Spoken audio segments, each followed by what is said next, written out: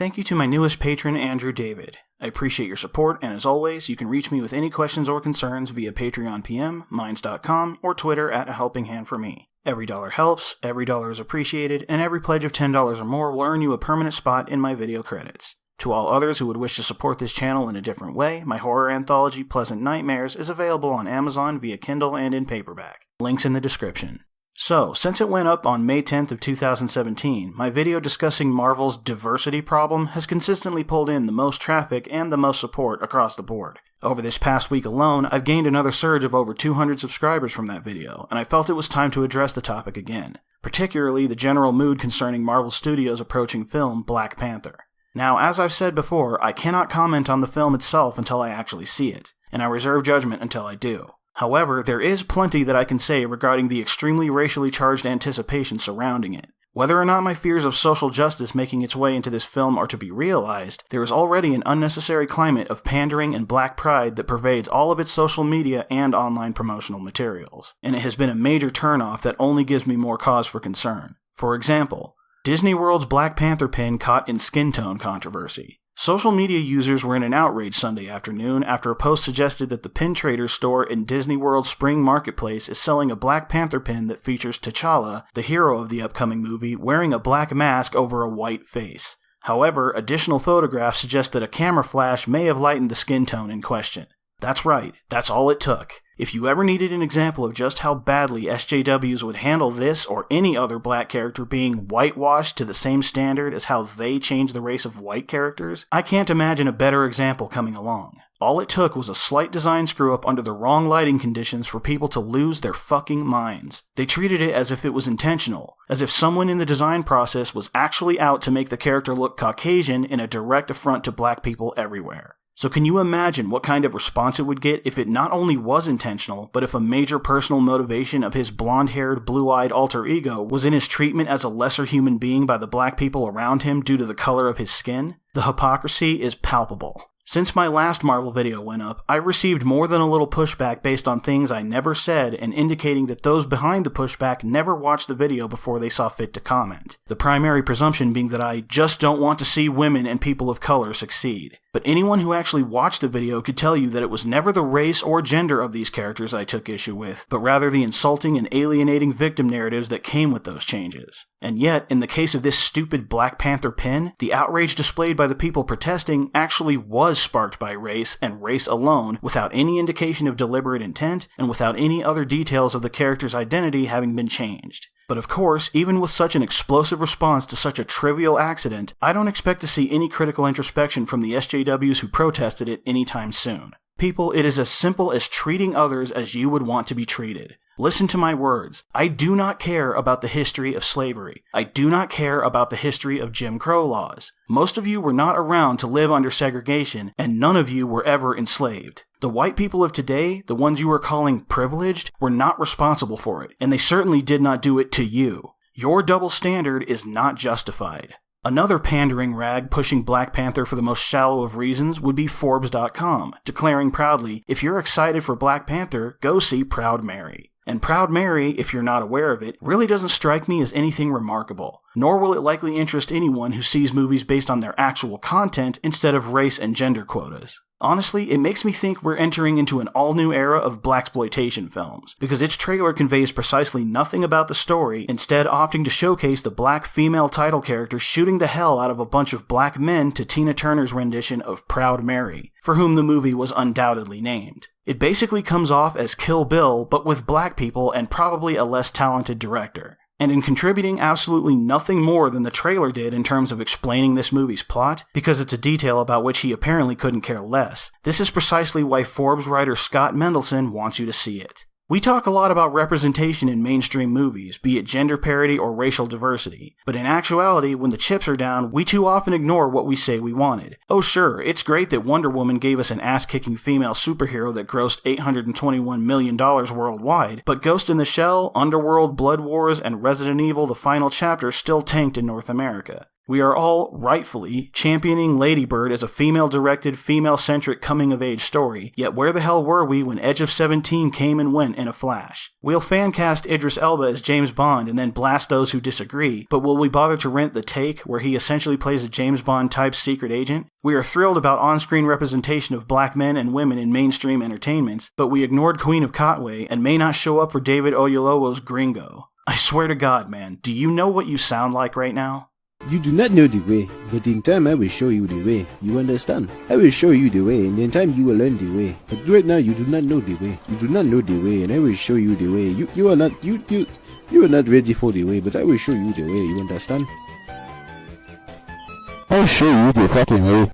I mean, really, what more is there to say? If they take this virtue-signaling clown at his word, his readers only care to see either of those movies, and likely any of the other movies he just listed, based on the gender and the race of the characters on screen. Not based on what the movie is about, the caliber of the actors, the repertoire of the director, the presentation of the trailer, or the genre. None of that truly matters to them. It's all secondary if it's considered at all. No, the fact that these two movies star black heroes is the only reason they're seeing them. Because apparently a 90% black cast is a victory for their diversity agenda. And that's all the reason he needs to try to dictate what you should or should not like and support. Going by Mendelsohn's history as a film critic, he seems to be relatively thorough, and to his credit, his box office analysis seems quite level-headed. But frankly, given that his preemptive praise of, quote, not a white guy actors doesn't exactly advertise his respect for the meritocracy, I'm not soon to trust his glowing review of films like Star Wars The Last Jedi when they're so reportedly dripping with social justice propaganda at the expense of good storytelling. It seems to me that he filters his every review through his personal ideology in order to usher would-be SJW viewers into the theaters with the guise of a professional opinion, which is undoubtedly what his employers at Forbes pay him to do. Surprisingly though, he actually tore Netflix's new release Bright to shreds, and while I've yet to actually see that movie, it did seem to smack of social justice in the trailer. If not for its allusion to racial oppression, definitely in its cringeworthy Black Lives Matter reference even before a proper explanation of the plot, and especially considering how outspoken Will Smith has been lately concerning his disdain for Donald Trump and his supporters. So this review from Mendelsohn can only mean one of three things. 1, Bright wasn't as soaked in social justice nonsense as I presumed, which I find unlikely. 2, Mendelsohn wasn't clever enough to draw the parallels to his social justice leanings and tailor his review accordingly. Or 3, he did draw those parallels, but they weren't enough to save what he saw as a genuinely bad movie. And if that's the case, he may have more integrity as a critic than I thought. Nevertheless, his promotion and preemptive celebration of movies strictly based on their race and gender demographics remains a stain on his record at the very least, and it does his credibility no favors. Frankly, it seems to me that any and all left-wing publications, particularly online publications, are in the habit of laying exorbitant praise at the feet of anyone and anything to which critics left of center stand opposed, regardless of the reason. And Polygon's shining review of a Black Panther soundtrack which hasn't even been completed yet is a perfect example.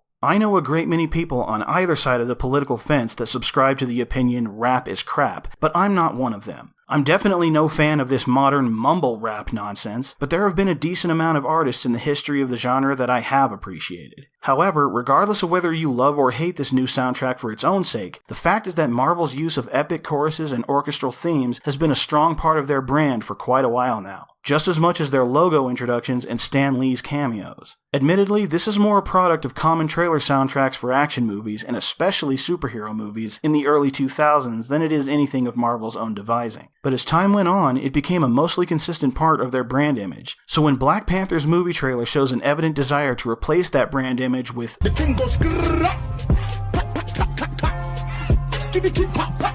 and the boom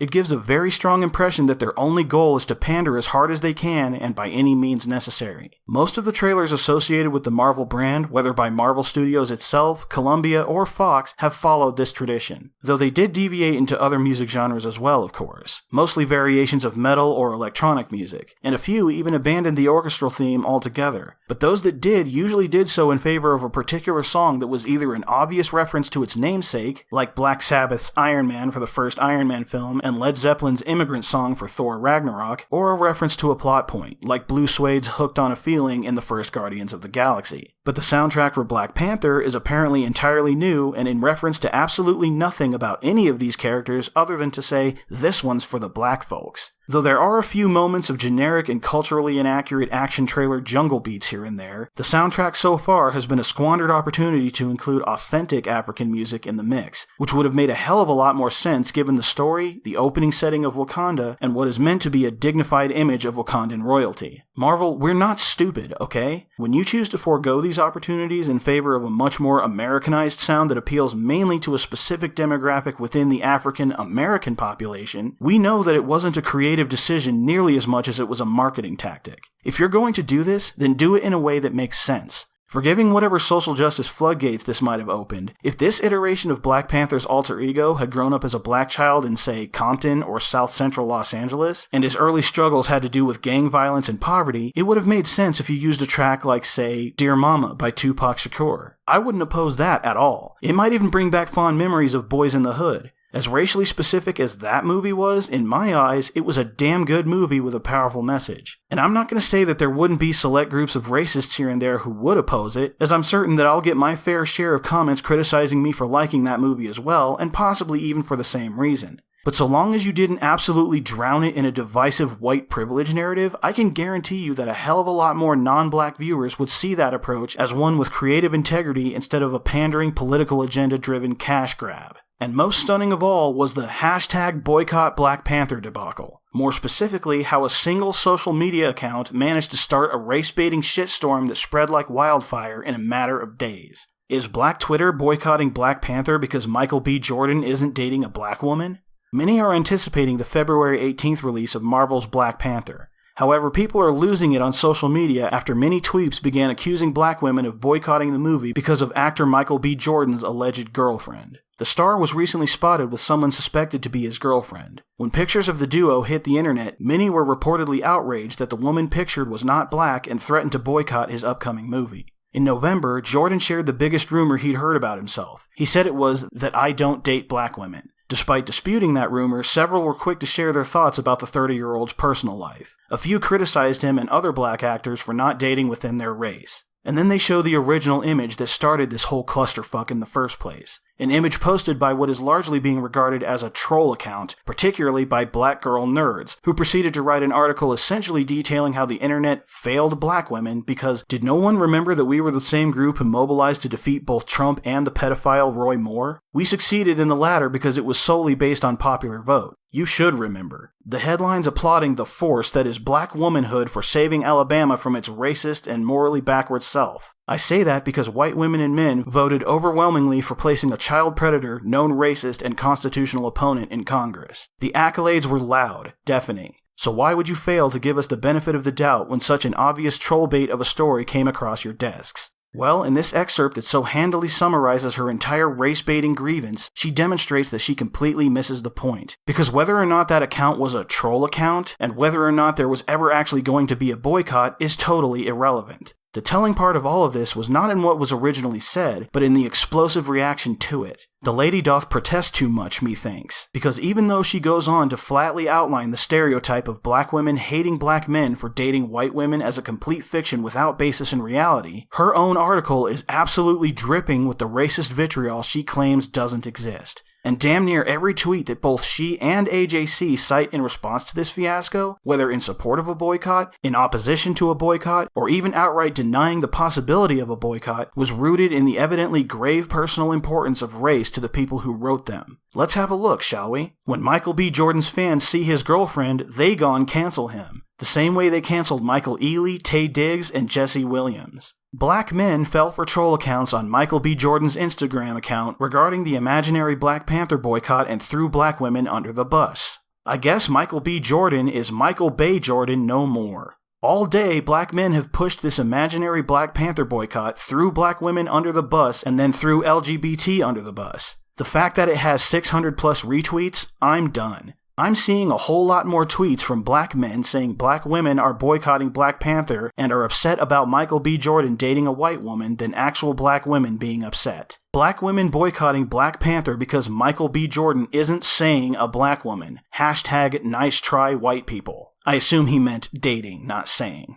I still need someone to explain to me how this fan troll page with 2 likes on a post inspired black men throwing black women and LGBT under the bus today with their imaginary Black Panther boycott fake news. Tell us how you really feel. There was nothing caused by us. Black people falling for the fake news regarding Michael B. Jordan is just sad. Do better.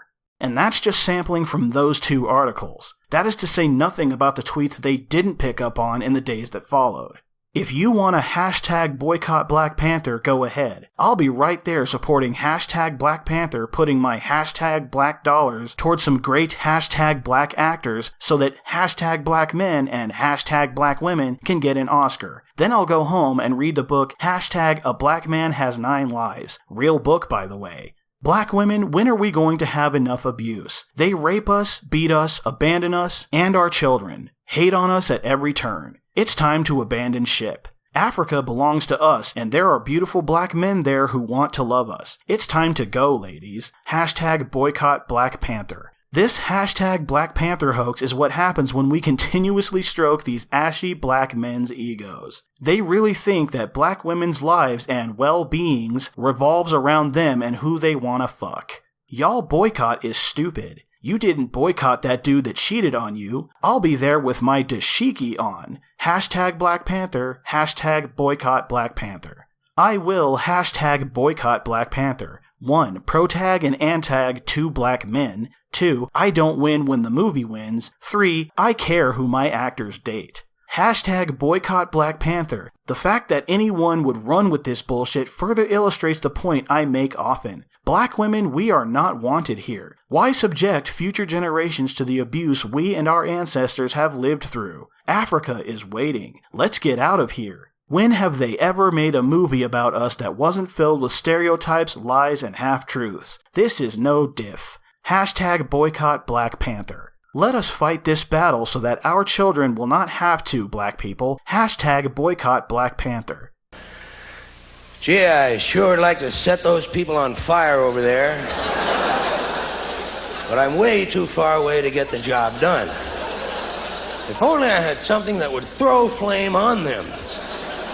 Do you see this? All of this raging butthurt between black people with little to no participation from white people necessary. All because one person, troll or not, posted, "Bah, he's not dating a black woman." Twitter was suddenly set ablaze with black people at each other's throats over the dumbest shit ever. And you expect us to believe that none of this is rooted in pre-existing internal conflicts within black communities that we have all witnessed firsthand? Are we really supposed to believe that all of these were troll accounts too? Listen, black girl nerds. We were all there every time there were complaints about a black female singer looking more and more light-skinned with straight hair. We were all there every time there was a celebration of dark-skinned beauty from dark-skinned sisters who were butthurt because black men often seem to favor light-skinned red bones. And yes, we were all there every time one of you decided to complain about black men dating female pale devils. Regardless of how often these things happen, they do happen, and we're not blind to it. So don't sit there and try to tell us that they don't. These are complaints that rose out of black communities against other black people on the basis of irrational demands for racial loyalty due to an equally irrational and persistent grudge against white people. That is why this hashtag spread so far and so fast. If you truly didn't care, if this truly was fake news, you wouldn't have started the online equivalent of dumpster fires all over Twitter. You did that with almost no motivation necessary, all of you. It didn't matter if you were for it, against it, or were skeptical of it. Every damn tweet I just listed, which only amount to a fraction of the tweets out there that are still pouring in, reeked of black pride and black indignation. It's not to say that there weren't tweets out there calling it stupid without having to pepper their words in racial butthurt. There were, and I smiled to myself every time I saw one.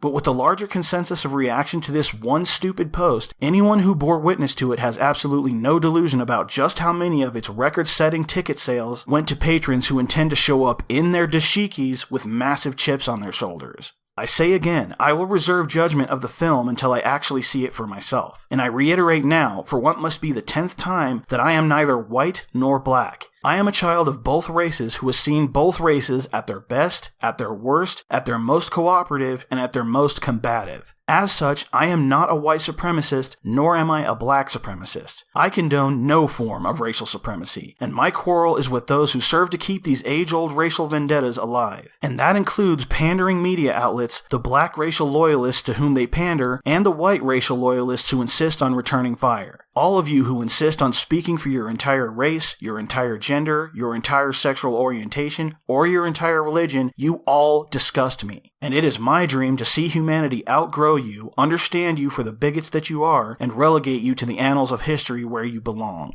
Thank you to Nick for the freshly cleaned and vectorized version of my avatar. It'll definitely serve me well until I get around to redesigning my aesthetic. And a sincere thank you to everyone who has supported me over this past year. I am truly humbled by the positive response I've gotten so far, and no matter how mentally exhausting all of this social justice crap becomes, your kind words give me reason to keep posting and keep hoping for a better future, both for myself and for the world. And also, I am aware of those of you who take issue with Patreon's recent attempts at policy change regarding extra fees, and I will be seeking an alternative to accommodate those who still wish to give their support. Any and all recommendations for a suitable alternative are welcome. Thanks again, and I'll see you all in my next video.